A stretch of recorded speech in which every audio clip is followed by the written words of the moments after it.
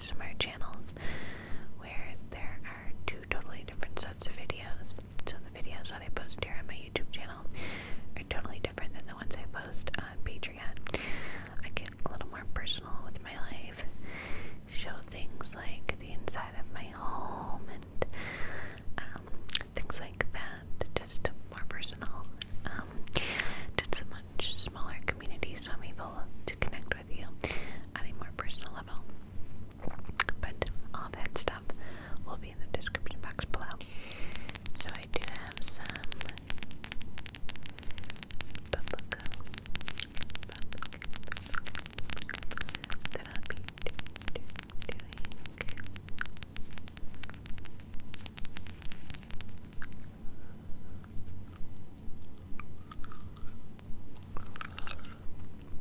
So I do have some bubblegum that I'll be chewing very lightly. It will not be a obnoxious chew, that's just not my cup of tea.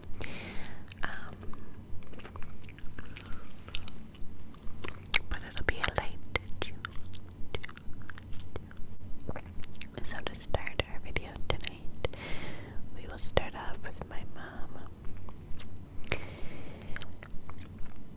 Mother's neighborhood.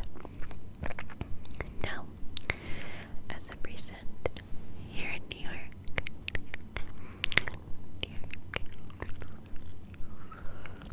we've been having some really high winds, kind of crazy weather. Like it was 65 degrees the other day, like 2 days. That's rare for us in December, and a good one, but we haven't had much of a winter yet. It's been very mild, not a lot of snow, things like that. Don't get me wrong, I love the snow. Like, if it's gonna be cold, give me snow, you know. But because of the winds, they, put out warnings on TV. The local news channel, and pretty much told people, like, hey, it's gonna be windy, put up anything that might cause damage to your own property or anyone else's. Now, last year, 2 years ago, during a bad windstorm, a neighbor's roof, a piece of their roof, had flown up, and hit my car, and like scratched the hell out of my hood. And it was a brand new car, and I think like a year old the car was at that time. And it was, this whole thing was just a mess.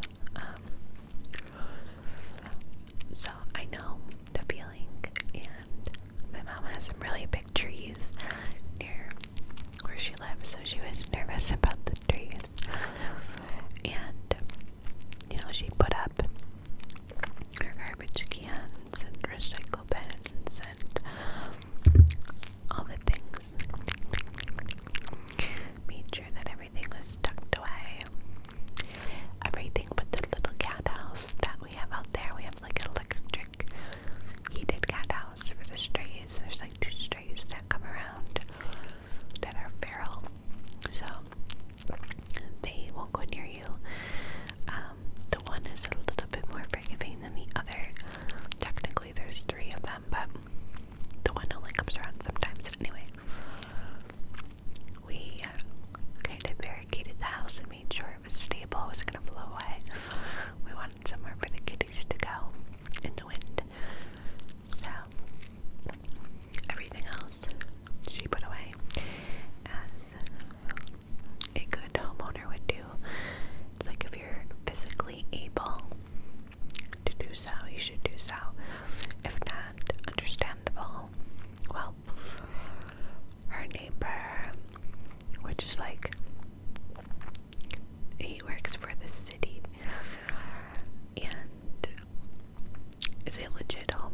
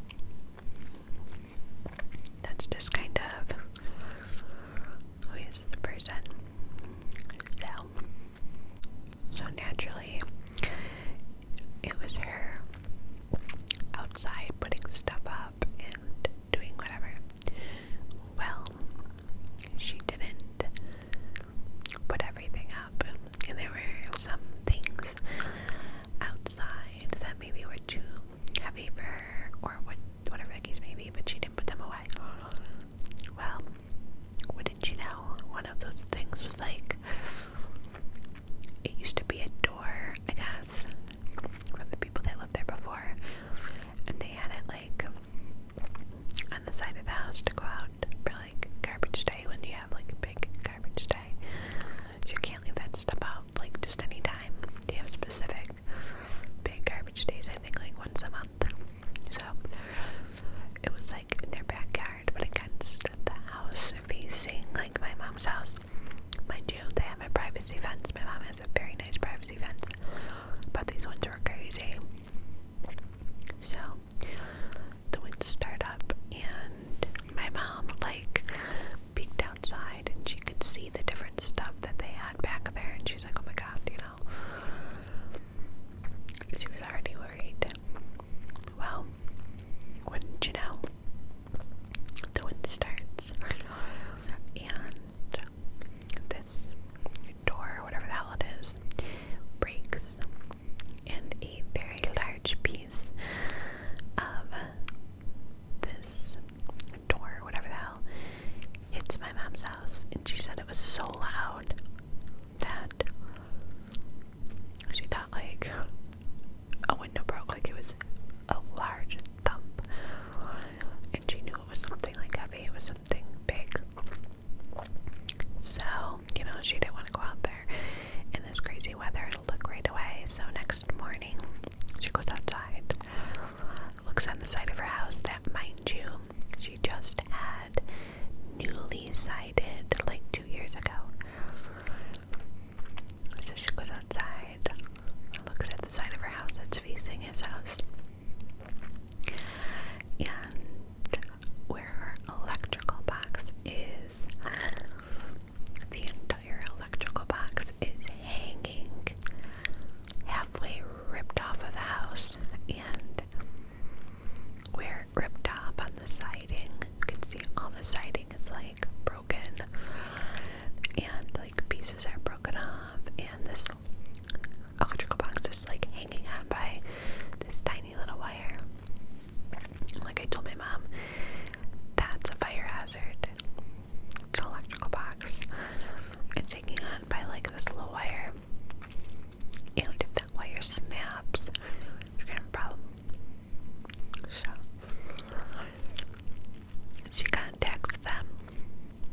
She already was like feeling like, oh god, I don't want to have to, but like she's seen all of the broken pieces of wood, same wood from this, so like she knew it was from their property, and contacts him. Mind you, he's a housing inspector, that's what he does for a living. And yeah, of course his girlfriend answered, and she's like, oh yeah, my mom's like, hey, can you put so and so on the phone? And she's like, he's on speaker, he can hear you. So she tells him what happened, and he's like, okay, I'll be over, just like very nonchalant. And he comes over. Mind you, not the same day. He let a whole day pass. He was like going to the store and leaving and coming and leaving and coming, like doing what he needed to do. But waited to come to my mom's until the next day, almost 24 hours later. So finally he comes over, and my mom shows him the damage, and he's like, oh, you know, not that big of a deal. And my mom's like, I think it is. Like, oh, my mom actually had to call him for him to come over. She was nervous about the fire hazard, and she's like, I have to contact the electrical company. So comes over, and he's like, yeah, you know, it's not that big of a deal. Like, very much downplayed it. And he was looking at the damage, and he's like, yeah, I don't know where I'm gonna get this piece from. It's like, well, you have to figure it out, sir. Your property caused this damage, and it was your negligence because we were warned about these 70-mile-an-hour winds, and you chose to not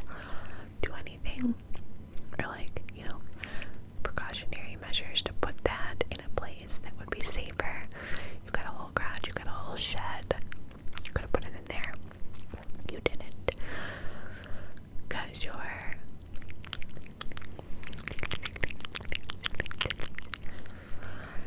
And so he goes, right, and my mom's like annoyed because he was kind of talking like she's being like extra about it when she's not. My mom's like the sweetest, kindest person and was just worried about a fire.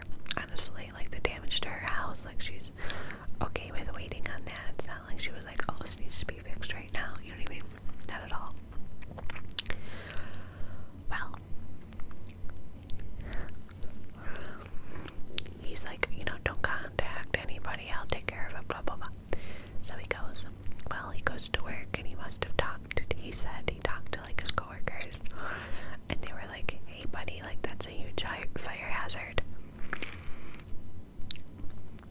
Why you needed to hear it from somebody else when like we were telling it and your housing inspector, so like you already know this. I feel like he was just purposely downplaying it because he was responsible, So he's like, yeah, we have to contact the electrical company like right away. And my mom did, and they were like, yeah, this is very serious and we need to come out today. So they came out and they did what they could to fix their end of things. So she's safe, the house is safe, but all the damage is still there. So we'll see how long it takes him to take the initiative to fix it. We will see, and I will keep you updated on it. But it's just frustrating. It's like, I don't know. So, drama number one. Drama number two. The other guy next door, the ladies' man that always has different girls coming and going. He had a girlfriend. Another girl that he met online. They were very serious and like talking marriage, and she was probably with him for like a year, and moved out of her home into his home and was decorating and planting flowers, all the things. Made herself very comfortable and was very much in love with him. Like she would come over and talk to my mom, and she was just very into him, kind of. You could tell more than he was into her. He's a ladies' man.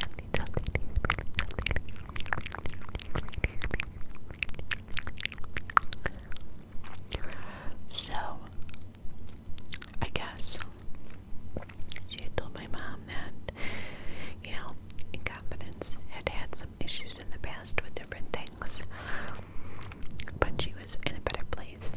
She lost her son and went through some things. I won't go into specifics, that's her business. Well, needless to say, she had to go away. She put herself into a treatment facility. And so she's gone. And she goes to one facility and then they tell her, like, we think you need to go to it long term.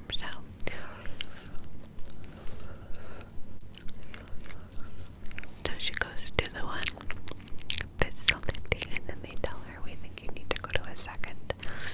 So she does, and I guess in between her family was able to pick up her clothes for her. She only had the stuff that she came with, right? So she calls them and she's like, hey, I know like you're upset with me and they were on the rocks before this even happened, like on the verge of breaking up.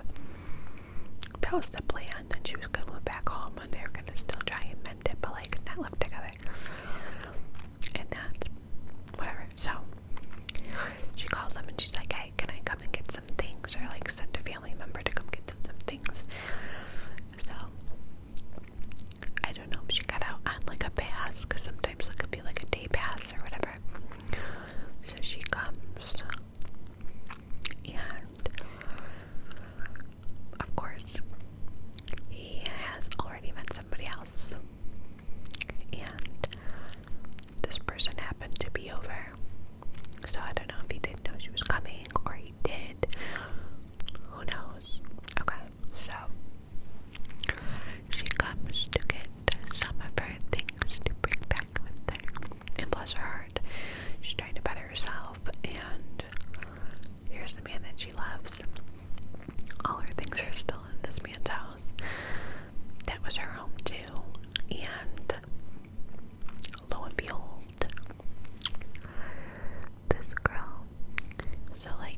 answered the door for her. And the other girl was in the living room, and he was like, you know what, I'll bring this stuff out to you. And she was like, I would like to come in and get it myself. Like, I'd like to go through my things, pick the things that I want, and get it myself. And he's like, no, you can't do that. She's like, what do you mean? And like, it's my property. I want to come get my things. And as they're like debating about it, the girl that was in the house must have heard this, came out of her cocoon or like hiding place, and was like, oh, I had enough, you know, because I don't know, maybe he didn't tell her, probably not, about this one. Well, sure enough, she like peeks her head, so he doesn't know that she's peeking while he's talking to the, you know, his ex. And she sees the girl and she was like, oh, that's why I can't get my things, and like pushed through him and pushed through the door, went in there and just was like, all you heard was yelling. The one girl ended up leaving and got her things and off she went. And she ended up telling my mom that during the relationship he was still in contact with like two of his other exes and just very stuck in his ways and wasn't willing to change that. But she was like, I loved him. I was willing to look past certain things even though I wasn't comfortable with them. And girls, I'm gonna tell you, I'm not judging, because believe me, I've been there. But you don't deserve to compromise anything for anyone. You deserve to be with somebody that you feel 100% confident with. And that if there's something that's upsetting you or that you don't agree with, they are willing and wanting to fix or make change. If not, it's kind of a red flag, and you don't deserve it. You don't. Alright, so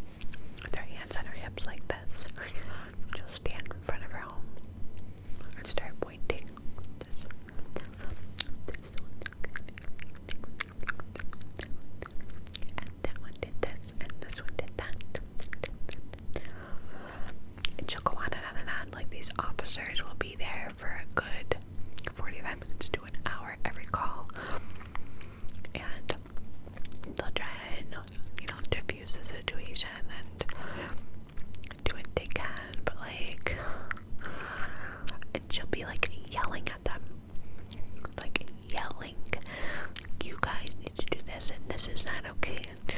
They need to be arrested. Like, we don't even know what these people are technically doing to her, if anything, because it's quiet as a mouse over there, except for her. Quiet as a mouse. And even before she got there was never any issues. There was never any police officers or anything like that. No drama. So I think she's just one of those people that, like, needs to call the police about everything and almost makes up scenarios in her head, you know. So we've been dealing with her. And then lastly, Short Snatcher's son was staying with her for a bit, like I told you guys. Then he was gone for a good month. Well, now he's back with his daughter, which is Short Snatcher's granddaughter. And the other day, you know, you can always see him like pacing, talking on the phone. And the other day, his baby mama comes over, maybe to pick up the daughter, or whatever might have you. Whatever might have you. And everything went from like being kosher to not in like 2.5 seconds. All of a sudden you see her like jump at him and start like just bugging out.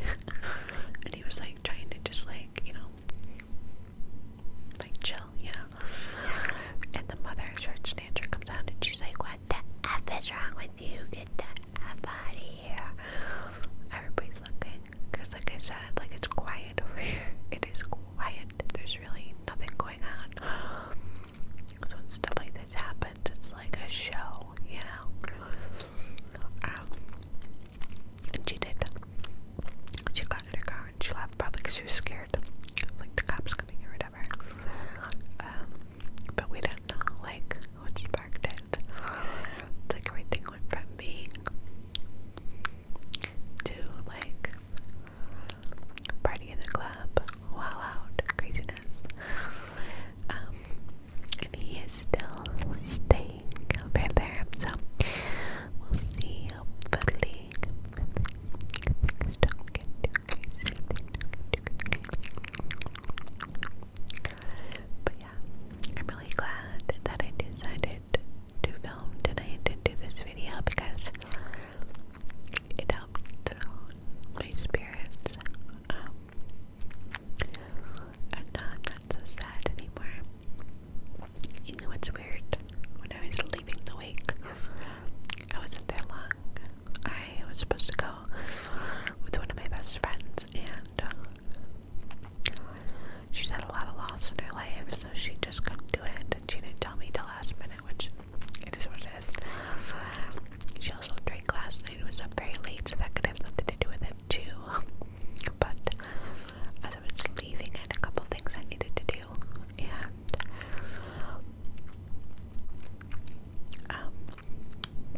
but I had a couple things I needed to do after, so I'm riding. I got my music going. In my Apple Music, I'm listening to a song. And then it just starts kind of like shuffling on its own in the middle of my song. Like it cut my song off that I was listening to. Started shuffling my playlist. And then played this song that is like so him. And I was like, okay, like you're good, you know. So yeah.